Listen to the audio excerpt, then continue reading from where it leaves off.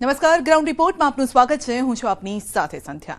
ખેડૂતોને સૌથી વધુ ચિંતા હોય તો તે છે કે આ વર્ષે ચોમાસું કેવું રહેશે। ત્યારે હોળીની ઝાડ પરથી બે આગાહીકારોએ વર્તારો આપ્યો છે, જે ખેડૂતોની ચોમાસાને લઈને ચિંતા દૂર કરનારો છે। હોળીની ઝાડ પરથી વર્તારો, કેવું રહેશે આ વર્ષે ચોમાસું? ખેડૂતોને રાહત કે પછી આફત? 2006 વર્ષ સારામાં સારું જશે અને અતિવૃષ્ટિ થશે, પણ ગરમીના કારણે ઘણી વખત વાદળો વિખરાઈ જાય અને ઉપર ઠંડક ન મળે તો એ લગભગ ચોમાસું કોઈ જ્યાં ઠંડક મળે તે ભૂભાગો પર જઈ શકે।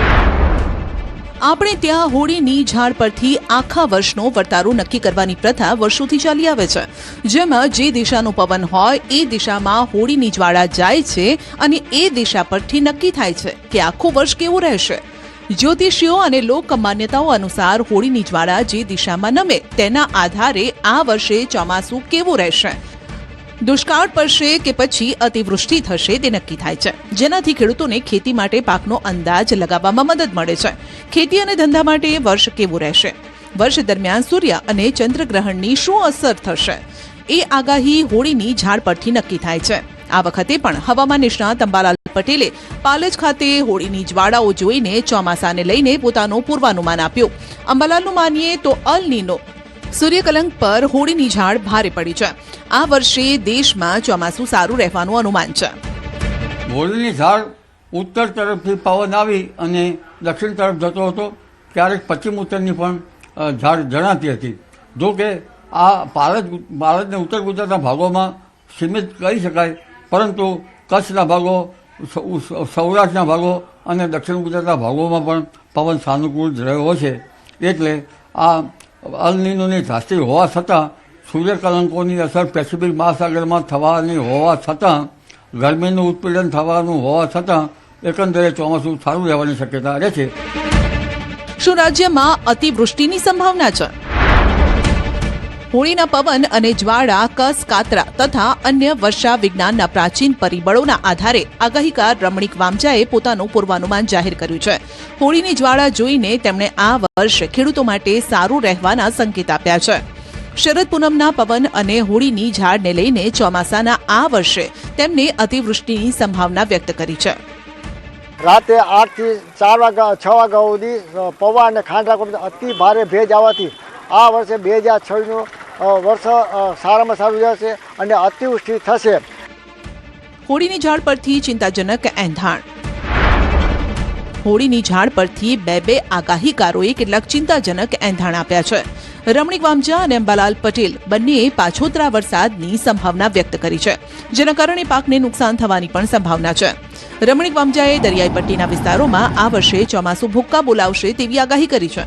ચોમાસું નિયમિત રહેશે કે અનિયમિત, એટલે કે અમુક દિવસો એક સામટો વરસાદ પડી જાય ને પછી કોરું ધાકોર, તેને લઈને આગાહીકારોએ ફોડ પાડ્યો નથી।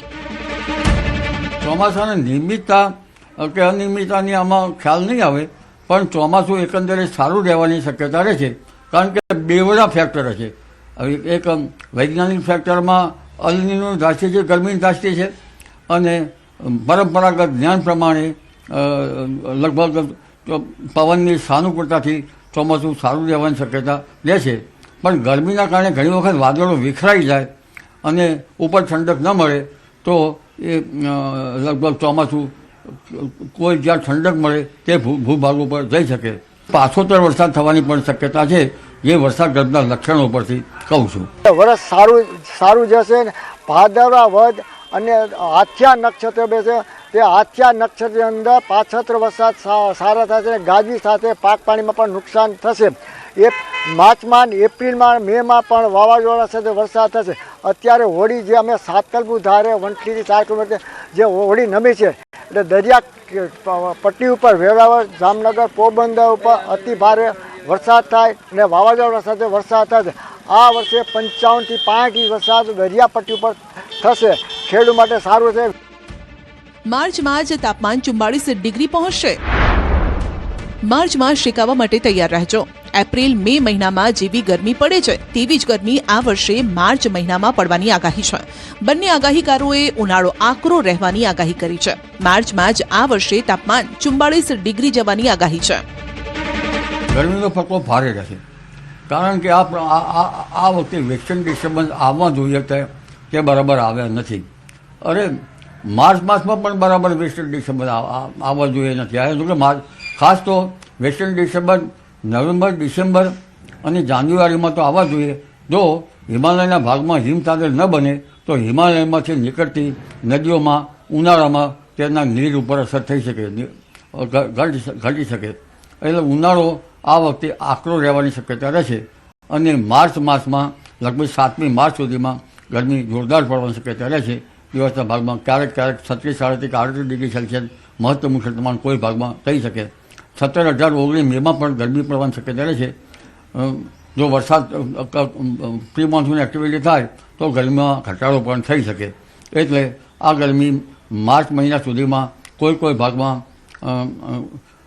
40 ડિગ્રી સેલ્સિયસ ઘણા ભાગમાં રહેશે, 38-39, પણ કોઈ ભાગમાં 42, કોઈ ભાગમાં 43 અને કદાચ કોઈ ભાગમાં 44 ડિગ્રી સેલ્સિયસ જેવું મહત્તમ તાપમાન થઈ શકે. એટલે એપ્રિલ માસમાં જે ગરમી પડવી જોઈએ એ માર્ચ માસમાં પડશે. ત્યારે જે કચ્છને આધારે આખા ત્રીજનો પવન અને ઉતાસણીનો પવનની અત્યારે જોવાની પદ્ધતિ હોવાથી આ વર્ષે અતિ ભારે ગરમી પડશે. હજી પણ સૂર્યગ્રહણ, ચંદ્રગ્રહણ આવે છે, એ પણ ભારે હોય છે. એટલે ત્યારે ખેડૂત માટે અતિ ભારે ગરમી પડશે. અને આ વર્ષે અખાતીને છે રોહિણી નક્ષત્રે અતિ ગરમી પડશે. ઈરાન યુદ્ધ વધુ વકરશે કે શાંતિ થશે? ખાડી દેશોમાં અત્યારે ઇઝરાયલ, અમેરિકા અને ઈરાન વચ્ચે યુદ્ધ ફાટી નીકળ્યું છે, જેના કારણે સમગ્ર વિશ્વમાં ખળભળાટ છે. વાર પર પલટવાર થઈ રહ્યા છે અને યુદ્ધની આગમાં અન્ય દેશો પણ દાઝી રહ્યા છે. ત્યારે આ યુદ્ધને લઈને પણ આગાહીકારોની આગાહી સામે આવી છે કે આ યુદ્ધ વધુ વકરશે કે પછી શાંતિ સ્થપાશે.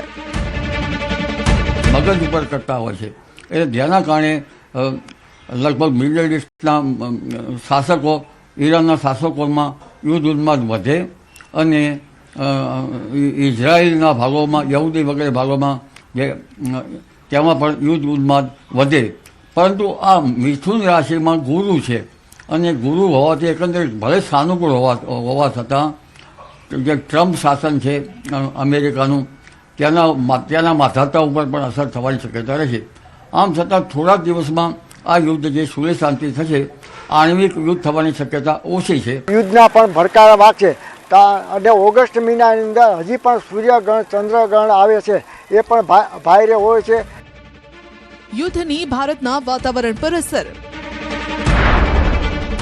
ભારતના પાડોશમાં જ યુદ્ધની આગ ભડકી છે, જેની અસર ભારતના વાતાવરણ પર પડવાની પણ અંબાલાલની આગાહી છે.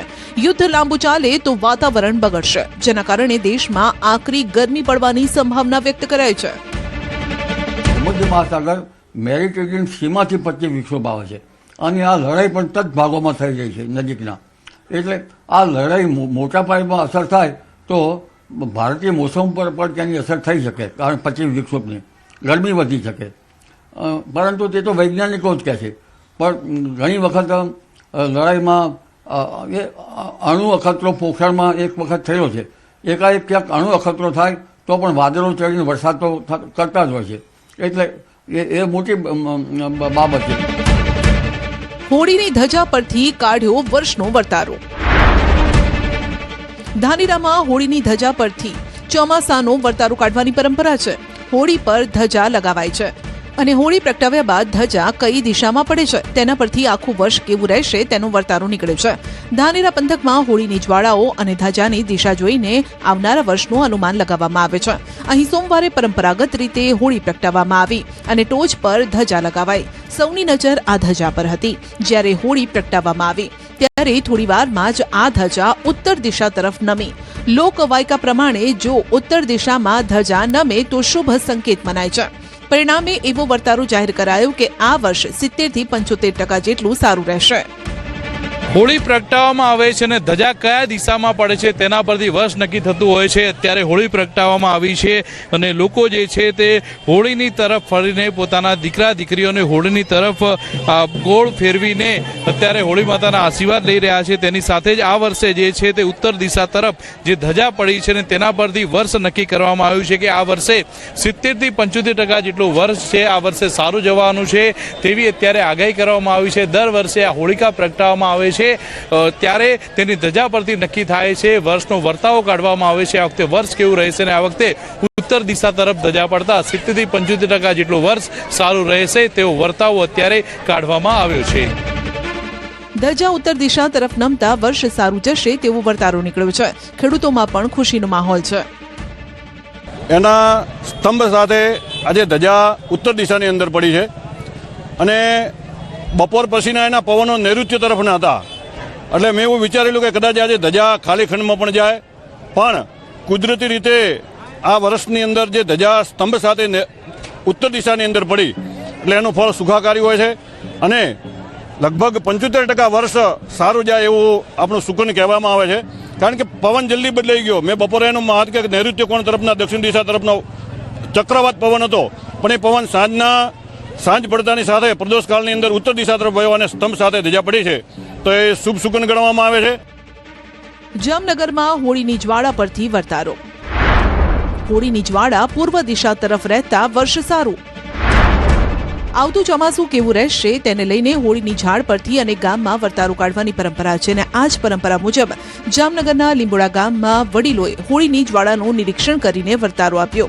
હોળી પ્રગટાવી એ દરમિયાન શરૂઆતની મિનિટોમાં પવન કઈ દિશામાં જાય છે તેના આધારે વર્તારો મેળવવામાં આવ્યો. અહીં કાઢવામાં આવેલા વર્તારા મુજબ આવતું ચોમાસું ખેડૂતો માટે ખૂબ જ સારું રહેવાની સંભાવના છે. ગામના વડીલોએ જણાવ્યું કે આ વખતે હોળીની જ્વાળા પૂર્વ દિશા તરફ ગઈ છે એટલે સારું વર્ષ રહેશે.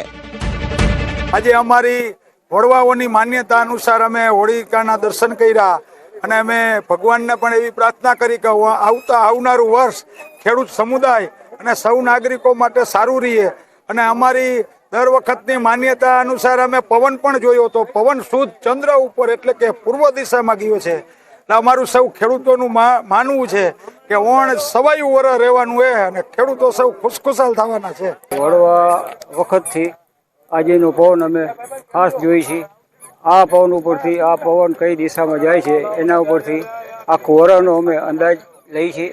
આ સાલ હોળીનો ધુવાણો છે એ પૂર્વ દિશામાં વ્યવસ્થિત ગયેલ છે અને ધુવાણો જોઈને અમને સંતોષ લાગે છે કે આવતા વર્ષ સારું પાકશે અને સારું આવશે એવી અમને આશા છે. હોળીની જ્વાળા પરથી જે વર્તારા નીકળ્યા છે તે મુજબ એકંદરે આ વર્ષે ચોમાસું સારું રહેશે. ઉત્તર ગુજરાત હોય કે સૌરાષ્ટ્ર સારો વરસાદ રહેવાનો વર્તારો છે જે ખેડૂતો માટે લાભકારી છે. જો કે ચિંતા તે વાતની છે કે આ વર્ષે ગરમી ભૂક્કા બોલાવશે. ઉપરાંત વાવાઝોડાની પણ જે સંભાવના વ્યક્ત કરાઈ છે તેને લઈને ચિંતા જરૂર વધી છે. ભારત પરંપરાઓનો દેશ છે. વાર તહેવાર સાથે જૂની વાતો અને પ્રથા જોડાયેલી હોય છે. આવામાં હોલિકા દહન સાથે પણ લોકોની આસ્થા સંકળાયેલી છે. ત્યારે ગુજરાતના કેટલાક ગામોમાં હોલિકા દહન બાદ લોકો અંગારા પર ચાલે છે, જેની પાછળ છે ખાસ માન્યતા. આસ્થા અને સાહસનું પ્રતીક. નીચે ધગધગતા અંગારા ને અંગારા પર ચાલતા લોકો.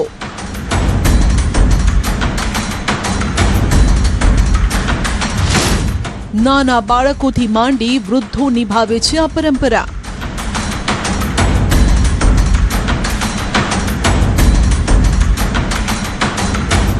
છેલ્લા 4 પેઢી એટલે લગભગ 5 વર્ષથી 200 વર્ષ પહેલાંની આ પરંપરા છે એવું બાપુજી કહેતા હતા અને મારા 70 વર્ષ થયા અને હું બી અંડર 4 થી 5 વાર ચાલ્યો છું. 200 વર્ષથી અંગારા પર ચાલવાની પ્રથા. સુરતના એક ગામમાં હોળી તદ્દન અલગ જ પ્રકારે ઉજવવામાં આવે છે. ઓલપાડ તાલુકાના સરસ ગામે હોળી દહન બાદ અંગારા પર ખુલ્લા પગે ચાલવાની અનોખી શ્રદ્ધા સાથે વર્ષો જૂની આ પરંપરા લોકો નિભાવી રહ્યા છે. સળગતા અંગારા જોઈ કોઈનું પણ કાળજું કંપી ઉઠે, પરંતુ અહીં તો લોકો કોઈ પણ ડર કે કચવાટ વગર આ સળગતા કોલસા પર દોડે છે.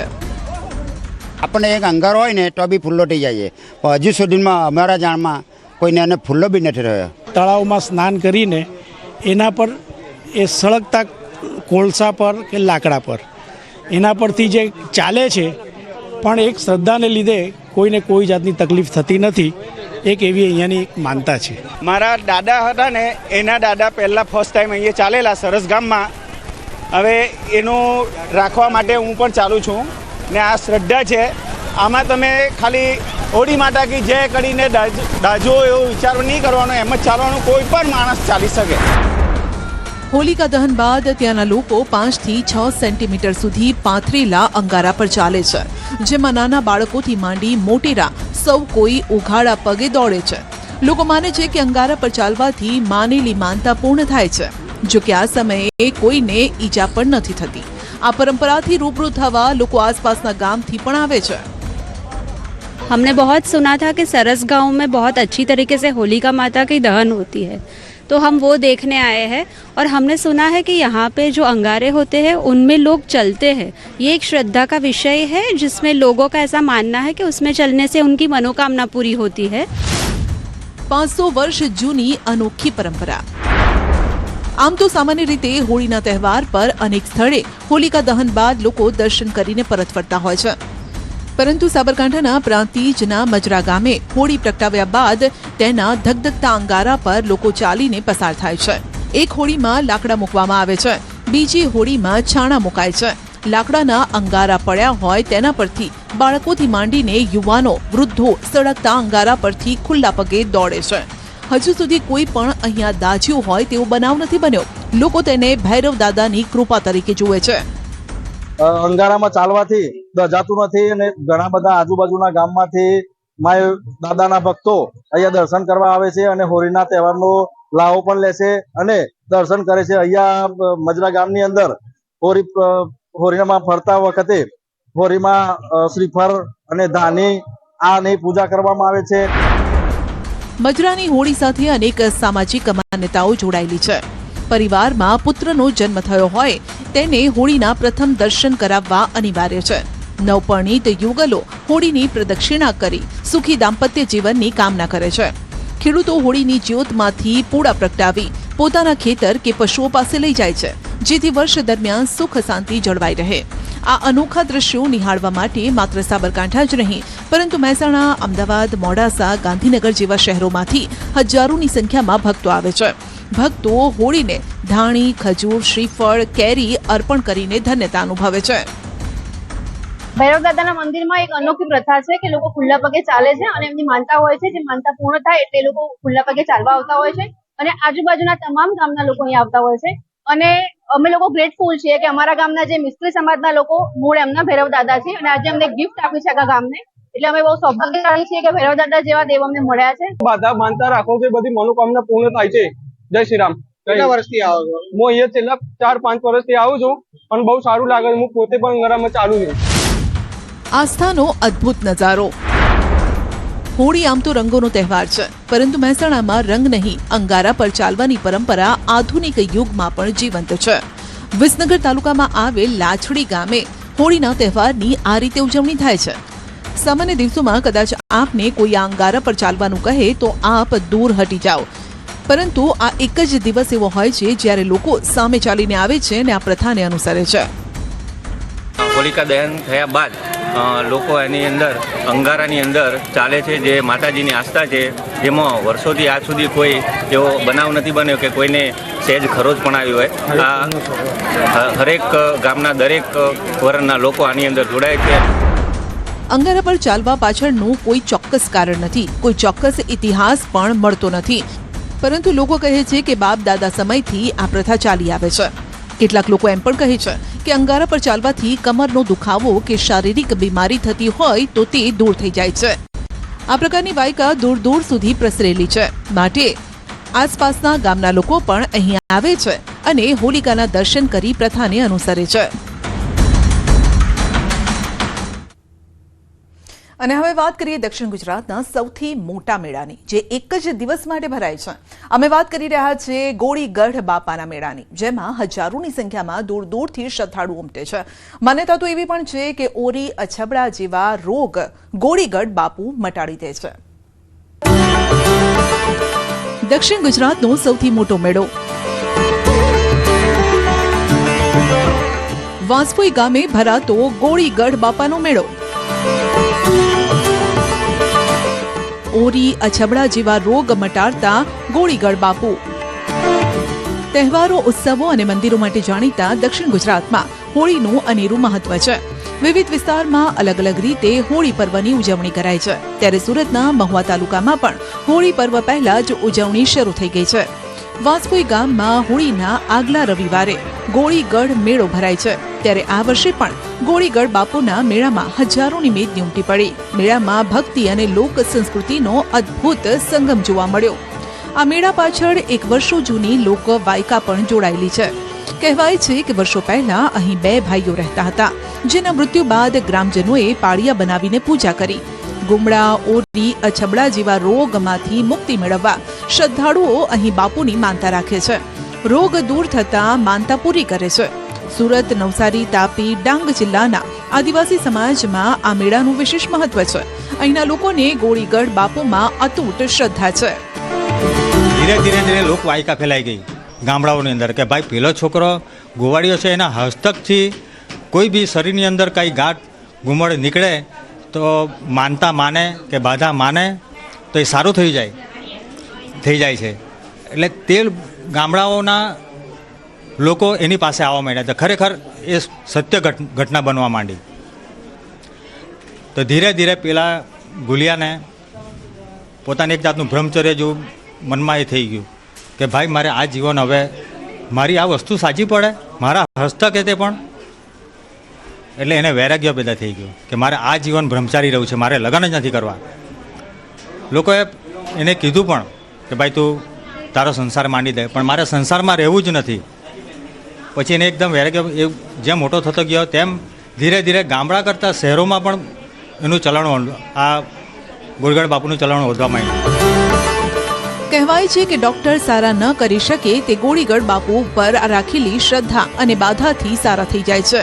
જેને પણ ગુમડા, અછબડા, આંખ, માથાનો દુખાવો, શરીરના અસાધ્ય રોગ હોય, ડોક્ટરથી સાજા ન થઈ શકે તે અહીં આવે છે, અહીંની બાધા રાખે છે અને પછી તેમને તેના પુરાવા પણ મળે છે. આજના દિવસે લોકો વિવિધ પ્રકારની બાધા ઉતારે છે. ચમત્કારના અહીં એક નહીં અસંખ્ય દાખલા છે. અહીં જે લોકો ગોળીગઢ બાપુની માનતા રાખે છે તેમને બાપુ નિરાશ નથી કરતા. માટે જ ગુજરાતમાંથી જ નહીં, આસપાસના રાજ્યો, મધ્યપ્રદેશ, રાજસ્થાન અને મહારાષ્ટ્રમાંથી પણ મોટી સંખ્યામાં શ્રદ્ધાળુઓ આ મેળામાં ઉમટે છે. મને જ્યાં સુધી ખબર છે, મને બહુ મોડા ખબર પડી હતી કે અહીંયા મંદિરે કોઈ પણ આપણે બાધા રાખીએ ને તો એ ફળે છે. તો મારા જે હસબન્ડ છે પ્રિતેશભાઈ, એમને વર્ષોથી ગોળનો બહુ પ્રોબ્લેમ હતો. બહુ દવા કરાવી પરંતુ એમને સારું જ નહીં થાય. પછી મારા સાસુએ એવું કીધું કે ગોળીગઢ બાપુની તું બાધા રાખ તો સારું થઈ જશે. પહેલાં તો મને વિશ્વાસ નહોતો કે આ શક્ય થઈ શકે. અને પછી અમે બાપુની બાધા લીધી મનોમન, અને પછી હમણાં લગભગ 3 વર્ષથી એમને કશું જ નથી થતું. બાકી બહુ હેરાન થાય દર વર્ષે, અને આ 3 વર્ષથી એમને કશું જ પ્રોબ્લેમ નથી. મેળાને લઈ સ્થાનિક ખેડૂતોએ પોતાના ખેતરમાં ઊભો પાક કાપીને પાર્કિંગની વ્યવસ્થા કરી. હજારો ભક્તો આવતા હોવાથી પોલીસનો પૂરતો બંદોબસ્ત પણ જોવા મળ્યો. મેળો માત્ર મનોરંજન નહીં પરંતુ અનેકોને રોજીરોટીનું સાધન પણ કરી આપે છે. આ મેળામાં અનેક પ્રકારના સ્ટોલ્સ છે, જેમાં લોકોએ મોટી સંખ્યામાં ખરીદી પણ કરી. લોકોએ ખાણીપીણીનો આનંદ લૂંટ્યો. રોજગારી માટે આવીએ છીએ. આ વાસ્કોઈમાં આ જ્યારે મેળો ભરાય છે તે ટાઈમે હજારો શ્રદ્ધાળુઓ અહીંયા દર્શન માટે આવે છે. ત્યારે અમને રોજગારીમાં અહીંયા સારી એવી કમાણી બી થાય છે. વર્ષોથી આ મેળા માટે અમે અહીં બધા અમારા ફેમિલી જોડે પધારીએ છીએ. અને આદિવાસી વિસ્તારનો વર્ષમાં એકવાર મોટામાં મોટો મેળો ભરાય છે, જેથી આ વિસ્તારના લોકો માટે એક રોજીરોટીનું સાધન બી બની રહે છે. અને અહીં દુઃખ દર્દ ઘણું બધા લોકોનું સારું થઈ જાય છે. મહારાષ્ટ્ર અને આજુબાજુના રાજ્યોમાંથી પણ અહીં મોટી બસો આવે છે. અને આજથી જે મેળો ચાલુ થયો છે એ આદિવાસી વિસ્તારમાં મોટામાં મોટો મેળો છે. અને લોકોના માટે એક વર્ષોથી આ એક આસ્થાનું કેન્દ્ર છે. અહીં બધી જ પ્રકારના દુઃખ અને દર્દ મટી જાય છે. આ મેળો નવસારી, તાપી, ડાંગ, વલસાડ જિલ્લા સહિતના આદિવાસી સમાજ માટે આસ્થા અને પરંપરાનું કેન્દ્ર છે. વાંસપોઈ સ્થિત ગોળીગઢ બાપાના મંદિરે વર્ષમાં એક જ દિવસે એટલે કે હોળી પૂર્વેના રવિવારે બાધા ચઢાવવામાં આવતી હોવાથી હજારો શ્રદ્ધાળુઓ અહીં આ દિવસે આવે છે અને મંદિર ટ્રસ્ટ અને તંત્ર દ્વારા પૂરતી વ્યવસ્થા કરાય છે. આ મેળો જે દર વર્ષે હોળીના આગલા રવિવારે ભરાય છે એમાં લાખોની સંખ્યામાં મેદની ઉમટે છે અને પોતાના માનતા પ્રમાણે પોતાના દુઃખો દૂર કરીને માનતા જે માનેલી હોય તે આસ્થા એ લોકો નાળિયેરને દીવો સળગાવીને પૂરી કરે છે. તેમજ આજુબાજુ આ મેળા ભરવા માટે અમારી જે 6-7 વીઘા જમીન છે એમાં અમે કોઈ પાક કે એવું લેતા નથી અને આજુબાજુની અત્યારે જે મેળો ભરાય છે તેમાં લાખોની મેદનીને આવવા જવા માટેના જે ચારે તરફથી રસ્તા કરે છે પોતાના પાક ઊભા પાકને બી કાપીને અમે રસ્તો બનાવીને લોકોને સગવડ આપીએ છીએ. તેમજ આજુબાજુના લોકો બી અમને સાથ સહકાર આપે છે. હોળી નિમિત્તે ભૂરું કડે હાટની પરંપરા. આદિવાસી સમાજમાં હોળીનો તહેવાર સૌથી મહત્વપૂર્ણ છે. હોળીને ખૂબ જ ઉત્સાહથી પરંપરાગત રીતે મનાવાય છે. રોજગારી કે મજૂરી માટે બહાર ગામ ગયેલા લોકો આ તહેવારમાં પોતાના વતન પાછા ફરે છે. પરિવાર સાથે આ તહેવાર ઉજવે છે. હોળીના પહેલા